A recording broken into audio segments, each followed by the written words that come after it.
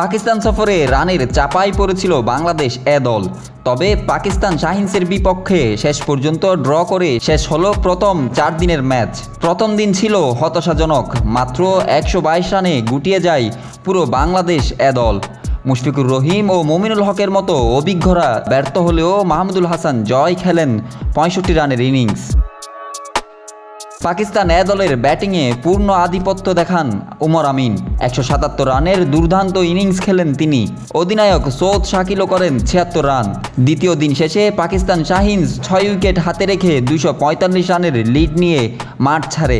তৃতীয় দিনে মাঠে নামা হয়নি দুই দলের। বেরসিক বৃষ্টিতে মাঠে গড়ায়নি তৃতীয় দিনের খেলা।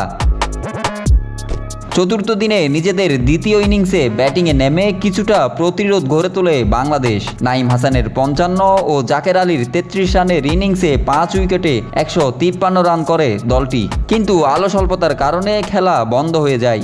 এর ফলে ড্রয়ের মুখ দেখে দুই দলের প্রথম টেস্ট। আগামী 20 আগস্ট শুরু হবে দ্বিতীয় 4 দিনের match. Desk report, news now sports.